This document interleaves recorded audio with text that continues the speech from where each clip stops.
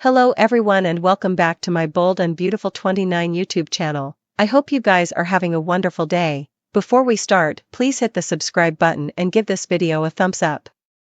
At Bill's house, Katie prompted Bill to get another maternity test, averring that Poppy had been willing to kill Indeed at the suggestion that Tom was Luna's father. Bill said that had not been proven. Katie said the police had arrested Poppy for a reason, and if she was able of murder, she was able of faking a test. She supplicated him to do a new test that day. Luna returned to the room, saying she would been unfit to rest. She cried, upset that her mama was in jail. Bill hugged her. Latterly, Bill and Luna were alone. He guessed it was a scary time for her, because she would always had her mama. Luna said Poppy might go down for a crime Luna knew Poppy had not committed. Bill stated that he would be there if the unbelievable happened, and he would do anything he could for her. He promised she wouldn't be alone and would always have her father. Luna said she wouldn't hold Bill to it. He asserted that she could and should, but Luna offered to go back to her apartment. Bill did not want that and reminded her that the structure was about to be demolished. He demanded her to know that he was there for her, his home was her home, and she would always have her father. They hugged. Bill was impressed with the grace and quality Luna was showing. She said it was a facade. He knew she was trying to be strong, and he promised they'd get to the bottom of it. As he hugged Luna, he recalled Katie asking him to get another DNA test. In the design office, Katie watched Will arrive at her decree.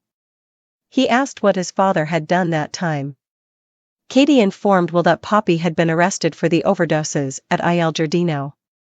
Will was freaked out by the news, but Katie assured him that the police had replied snappily, so Bill was not in peril. Will said it was insane. Katie remarked that Poppy could have also faked the maternity test, so Katie had prompted Bill to get another bone. Will remarked that Katie still watched about Bill, indeed after all the hurt he would caused her. Katie agreed. She hugged Will and smiled sorely. At Eric's house, the party continued with the anchor people working in lingerie. Donna, still addict-struck, told Eric she would written addict letters to Danny and perhaps a little addict fabrication. Taking her into his arms, Eric asked her to tell him about it latterly that night. In the foyer, Ridge, Brooke, Carter, Christine, and Danny bandied the deals and Buzz Brooke's bedroom had entered. Christine bashfully admitted that she was part of creating the deals and Buzz. Across the room, Finn asked if his woman was okay with all the focus on Brooke. Steffy viewed it as a focus on Forrester's success and the cooperation with Danny. Brooke approached to thank Steffy again for her kind words and support. Steffy said Brooke's success was Steffy's, too.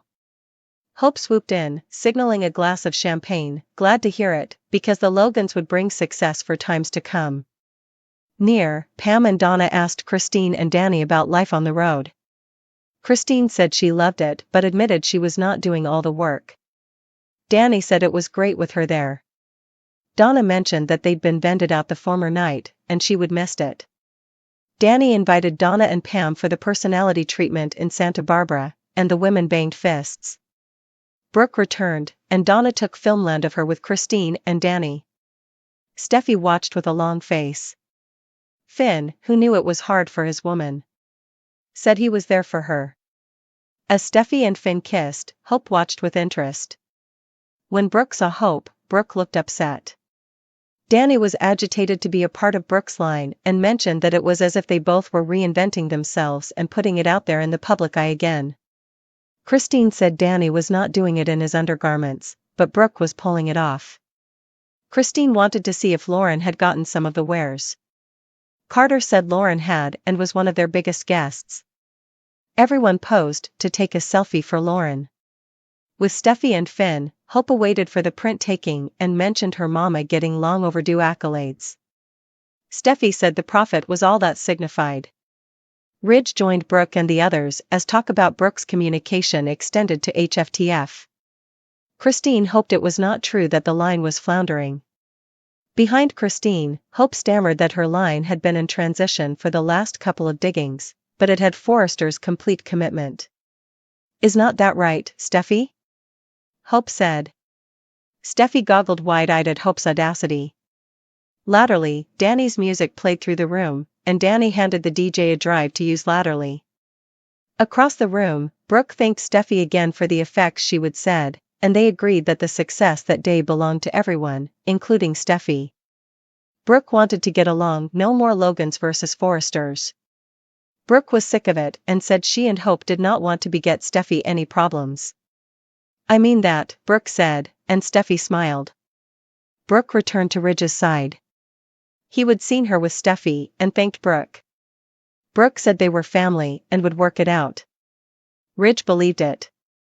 He hugged Brooke, but her smile faded as she watched Hope gaping at Finn. Latterly, everyone had gathered as Ridge finished speaking about the cooperation. He asked if Danny wanted to say anything.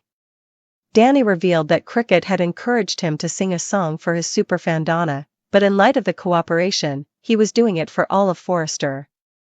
Brooke's bedroom, are you ready to rock on? He asked. Everyone danced as Danny performed Rock On. Donna nearly swooned when he sang a lyric to her. Steffi backed out of the room to take a call. Hope danced into the foyer where Finn was. She set her glass down, pushed him against a wall around the corner by the stairs, and kissed him. Finn pushed her back and looked at her in shock. Whether that happens with a kiss or a full-bloated association, Brooke isn't going to appreciate watching Taylor swoop in and try to steal Ridge back. Could Brooke get fed up enough to leave Ridge and drift toward Bill rather? Bill and Brooke clearly have a history together, so that alone could give them a reason to reconnect. Brooke and Bill may also find themselves lonely and agonized at the same time, so they might reunite when they need each other most. Our prognostications suggest some love life shakeups are ahead on B&B, so we'll be sure to pass along any romantic news in the coming months. The Bold and the Beautiful spoilers say Brooke and Bill will have good reasons to get pulled back together again, so stay tuned for updates on their implicit reunion. Ope Logan makes a pass at Finn Finnegan? Steffi Forrester and John Finn Finnegan are set to join the fests for this instigative event. With new images surfacing from the forthcoming occurrences, one particular print stands out.